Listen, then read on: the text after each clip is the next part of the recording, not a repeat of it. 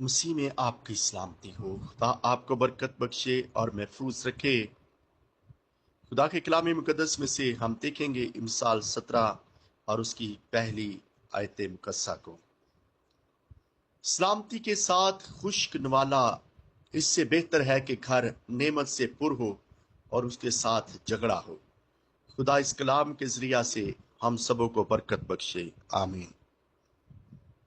دیکھیے میرے عزیزو، اس دنیا میں رہتے ہوئے ہم جب غور کرتے ہیں تو بہت سارے گھرانے ایسے ہیں جن کے گھر کے اندر دنیا کی تمام چیزیں موجود ہوتی ہیں، لیکن ان کے گھروں سے لڑائی جھگڑا ختم نہیں ہوتا۔ خدا نے ہر ایک شے جو زندگی گزارنے کے لیے ہوتی ہے ان کو مہیا کی ہوتی ہے، لیکن ان کے گھر میں صلح صفائی نہیں ہوتی، ان کے گھر میں آپس میں اتفاق نہیں ہوتا، ان کے گھر سے جھگڑا ختم نہیں ہوتا۔ تو یاد رکھیے گا، خداوند کا کلام ہمیں یہ سکھاتا ہے کہ اس سے بہتر وہ خاندان ہے، وہ گھرانہ ہے جو خشک نوالا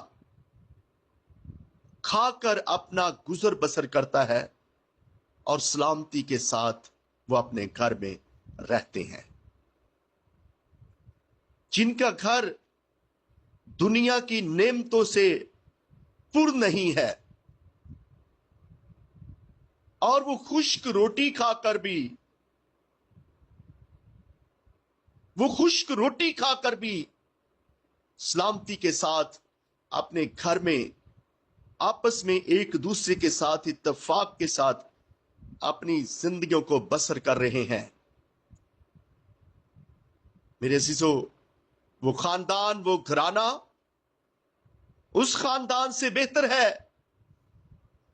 جہاں پر دنیا کی ساری نعمتیں تو موجود ہیں لیکن اس گھر کے اندر سے لڑائی جھگڑا ختم نہیں ہو رہا۔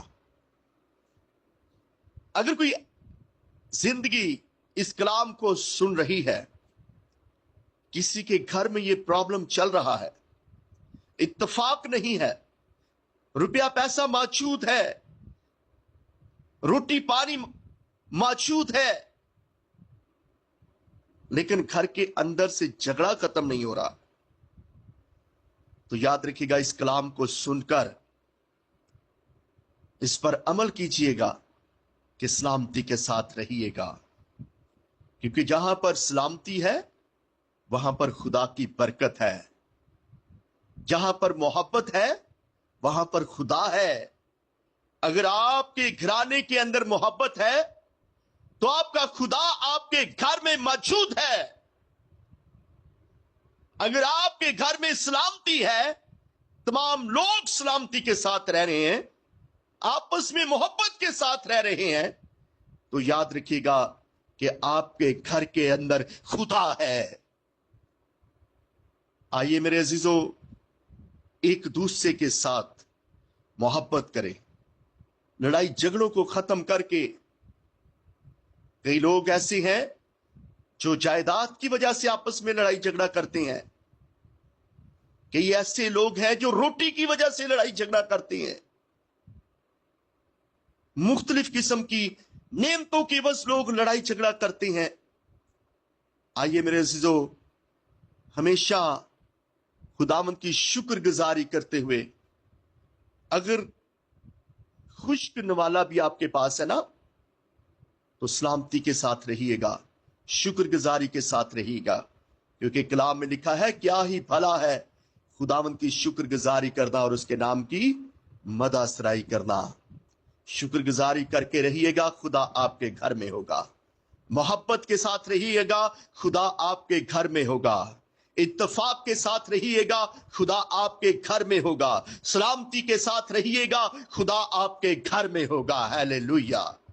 خداوند اس کلام کے ذریعہ سے آپ سبوں کو بہت زیادہ برکت بخشے اور اس پر عمل کرنے کی توفیق عطا فرمائے، آمین۔ پاک خداوند، آسمان اور زمین کو قائم کرنے والے خدا، میں تیرا خادم ہوتے ہوئے اس وقت تیرے لوگوں کے لیے برکت کی دعا کرتا ہوں۔